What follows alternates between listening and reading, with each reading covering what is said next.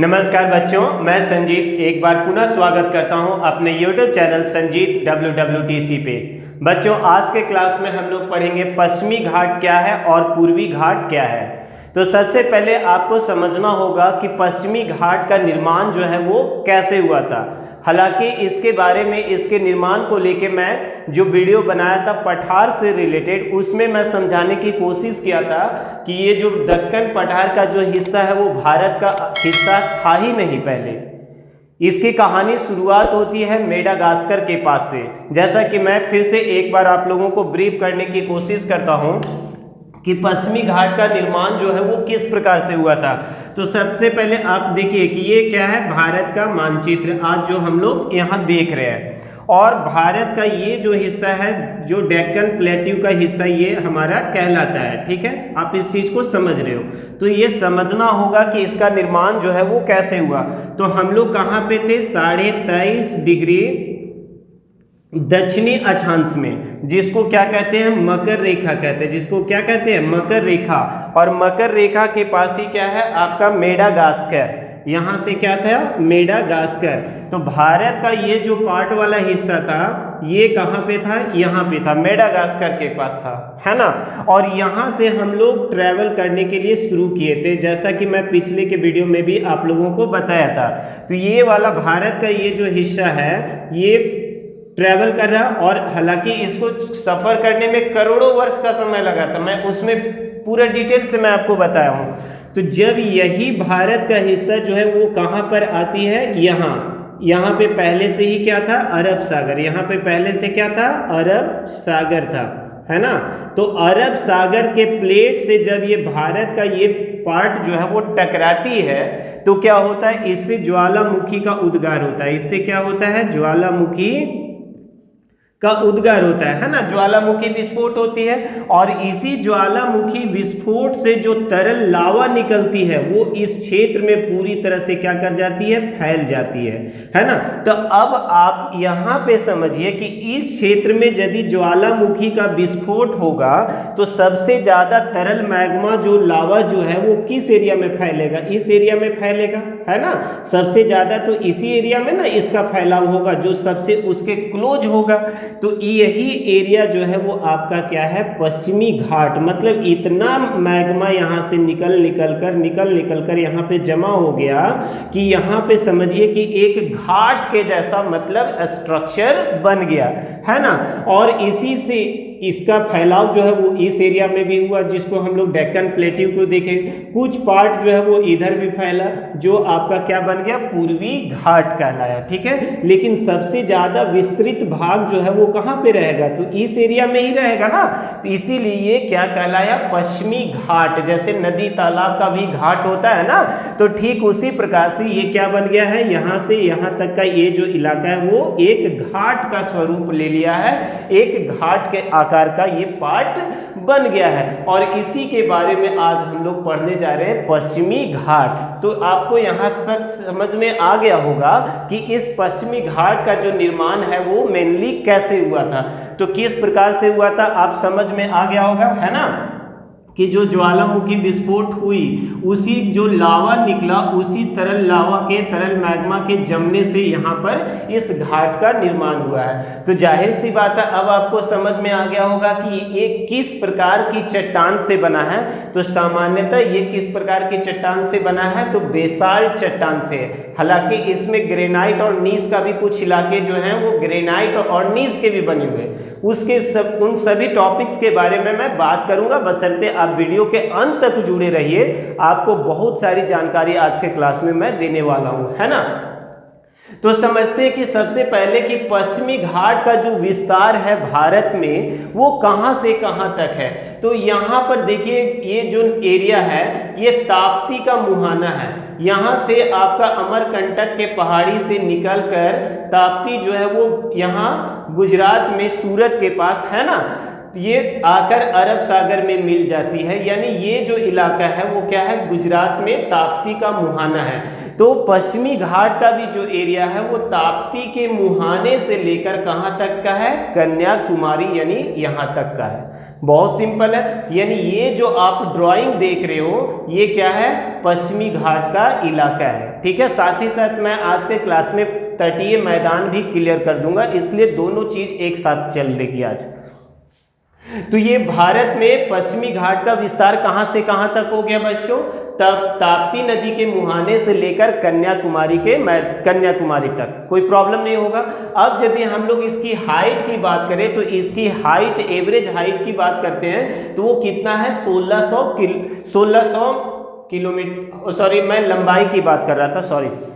इसकी लंबाई की यदि हम बात करें तो वो कितना होगा? 1600 किलोमीटर होगा।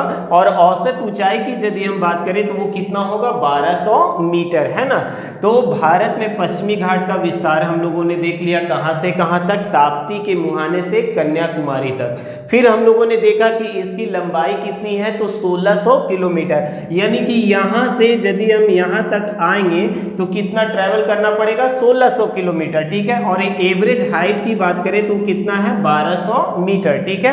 एवरेज की बात किया जा रहा है, परफेक्ट हाइट की बात नहीं, औसत की बात की जा रही है, क्योंकि कहीं पर ऊंचाई ज्यादा है तो कहीं पर ऊंचाई कम है, इसीलिए औसत ऊंचाई कितना माना गया है? 1200 मीटर। इसका स्वरूप जो होगा वो कैसा होगा? सतत होगा। तो सतत होने के पीछे देखिए ना, सबसे ज्यादा लावा तो इसी जगह पर न मिला जी, सबसे ज्यादा लावा इसी एरिया पे आके फैला वो तरल मैग्मा, तो ये कहीं पर कटा छटा नहीं है, बल्कि क्या है? बिल्कुल कंटिन्यूअस है। और इसी वजह से इसको केवल दर्रों के माध्यम से ही पास किया जा सकता है। यानी पश्चिमी घाट जो है वो बिल्कुल कंटिन्यूअस है, लगातार है, सतत रूप से फैला हुआ है, इसको आसानी से पार नहीं किया जा सकता है। इसको यदि पास करना है तो किससे पास करना होगा? क्रॉस करना होगा, तो दर्रों से। तो इस क्षेत्र में के जो प्रमुख दर्रे हैं वो कौन कौन है? थाल घाट, भोर घाट और पाल घाट। यानी पश्चिमी घाट में स्थित प्रमुख 3 दर्रे कौन कौन से हैं? थाल घाट, भोर घाट एवं पाल घाट। थाल घाट का एरिया कहाँ है? महाराष्ट्र में। और इसी थाल घाट एरिया में मुंबई नागपुर हाईवे और मुंबई कोलकाता रूट जो है वो फैला हुआ है। यानी मुंबई से नागपुर जाने का जब बाय रोड या बाय रेल की बात करें तो दोनों इसी थाल घाट से होकर क्रॉस करती है। मुंबई से कोलकाता का भी जो रेल रूट है या फिर हाईवे की बात करें तो वो भी किस एरिया में है? थाल घाट का एरिया में। अब देखते हैं हम लोग भोर घाट। तो भोर घाट भी कहां पर है? महाराष्ट्र में है। और इस एरिया में कौन सी हाईवे है? तो मुंबई पुणे रूट है, ठीक है। मुंबई पुणे का जो रूट है वो भोर घाट वाले एरिया में स्थित है। इसी प्रकार से पाल घाट जो है वो नीलगिरी पर्वत और अन्नामलाई पर्वत के बीच स्थित है, ठीक है। यानी पाल घाट का जो एरिया है वो नीलगिरी पर्वत और अन्नामलाई पर्वत के बीच स्थित है। और इसमें कौन सा रूट है भाई? तो कालीकट, त्रिचूर, कोयम्बटूर का जो एरिया है, रूट है, वो इस दर्रे से होकर जाती है। समझ में आ रहा होगा। अब देखते हैं कि इसका निर्माण जो है, अभी मैं बतला रहा था कि वो किन चट्टानों से बना है? तो बेसाल्ट चट्टान से। ताप्ती से 16 डिग्री नॉर्थ अक्षांश तक, मतलब ताप्ती का मुहाना ये हो गया और 16 डिग्री इधर होगा, तो ताप्ती से 16 डिग्री नॉर्थ अक्षांश तक ये जो है वो किस चट्टान से बना है? बेसाल्ट चट्टान से मिलकर बना है। जबकि उसके नीचे यानी 16 डिग्री नॉर्थ से लेकर नीलगिरी तक, है ना, नीलगिरी तक का जो इलाका है वो ग्रेनाइट और नीस चट्टानों से बना है। हमारा क्या? पश्चिमी घाट। मेरे ख्याल से पश्चिमी घाट में अभी तक किसी को भी कोई प्रॉब्लम नहीं होनी चाहिए, चाहे उसके निर्माण को लेके, चाहे उसके क्षेत्र, उसकी लंबाई, उसकी ऊंचाई, किसी भी प्रकार से कोई प्रॉब्लम नहीं होना चाहिए, ठीक है। अब और बात करें कि ये जो इलाका है, ये जो आप देख रहे हो, इसको क्या नाम से जानते हैं? सह्याद्री के नाम से भी जानते हैं। तो जाहिर सी बात है कि ये एरिया जो है वो क्या होगा? उत्तरी सह्याद्री कहलाएगा, क्योंकि नॉर्थ का पार्ट है ना, इसलिए इसको क्या कहेंगे? उत्तरी सह्याद्री। और उत्तरी सह्याद्री की सबसे ऊंची चोटी जो है वो कौन सी है? कालसू बाई। उत्तरी सह्याद्री की सबसे ऊंची चोटी का नाम यदि कोई भी आपसे पूछ दे तो वो कौन सा होगा? कालसू बाई, ठीक है। ठीक इसी प्रकार से आपको जीएस के लिए, जीके के लिए याद रखना चाहिए कि नीलगिरी की अधिकतम ऊंचाई कितना है? तो 2637 मीटर। कितना? 2637 मीटर। और इसी नीलगिरी के क्षेत्र में ही आपका प्रमुख पर्यटन क्षेत्र कौन सा? ऊटी। ऊटी का नाम आप लोग पिक्चर में कई बार सुने होंगे, बहुत ही मनोरम सुंदर जगह है ये, है ना। तो ये भी कहां पर स्थित है? तो नीलगिरी में ही स्थित है, यानी कि पश्चिमी घाट में स्थित है। नीलगिरी के दक्षिण में ये जो आप देख रहे हो, मैं यहाँ पे लिखा हूं, है ना, तो ये नीलगिरी के दक्षिण में क्या है? अनाईमुड़ी। जिसकी हाइट कितना बताया गया है 2695 मीटर। नीलगिरी के दक्षिण भाग में यानी नीचे जो है वो कौन सा पर्वत है, अन्नाईमुड़ी, और ये पश्चिमी घाट का सर्वोच्च शिखर है। यदि आपसे कोई पूछ दे कि पश्चिमी घाट का सर्वोच्च शिखर का नाम बताइए तो वो कौन होगा, अन्नाईमुड़ी, जिसकी ऊंचाई कितनी है 2695 मीटर। ठीक है, अब यदि हम बात करें कि पश्चिमी घाट से ही सटा हुआ, देखिए ये भारत का ज्योग्राफिकल बॉर्डर हो गया और ये आपका देखिए ये पश्चिमी घाट का इलाका हो गया है ना, और यहाँ पे तट से सटा हुआ एक मैदानी क्षेत्र है। इसको हमने 3 पार्ट में यहाँ पे क्या किए, डिवाइड किए हैं।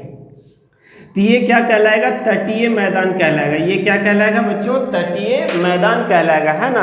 तो इस तटीय मैदान को भी 3 पार्ट में बांटा गया है, यानी यहाँ से गुजरात से लेकर, या आप कह सकते हो दमन से लेकर गोवा तक का जो इलाका है वो क्या कहलाता है, कोंकण तट। ठीक है, फिर गोवा से कर्नाटक तक का जो इलाका है उसको हम लोग कहते हैं केरला का तट या कन्नड़ का तट। ठीक इसी प्रकार कर्नाटक से केरल तक का जो पार्ट है उसको हम लोग कहेंगे मालाबार तट। मतलब यानी कि पश्चिमी घाट में 3 तटीय मैदान है।